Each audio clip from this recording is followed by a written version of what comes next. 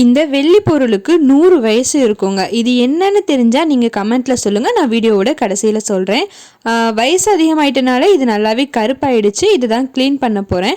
இதை க்ளீன் பண்ணுறதுக்கு ஃபஸ்ட்டு ஒரு பவுலில் கொஞ்சமாக ஹாட் வாட்டர் ஊற்றி அதில் ஏதோ ஒரு ஷாம்பு ஒரு 4 ட்ராப்ஸ் விட்டுட்டு அந்த வெள்ளி பொருளை நீங்கள் அதுக்குள்ளே போட்டு வச்சுருங்க.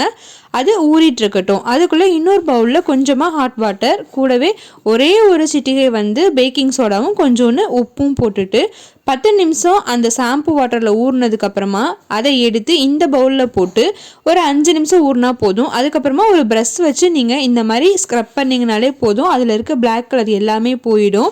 இது இந்த வெள்ளிக்குன்னு மட்டும் இல்லை, நீங்கள் எல்லா வெள்ளி பொருள் கொலுசு மோதிரம் செயின் வெள்ளி பவுல் எல்லாமே இந்த மாதிரி வாஷ் பண்ணலாங்க.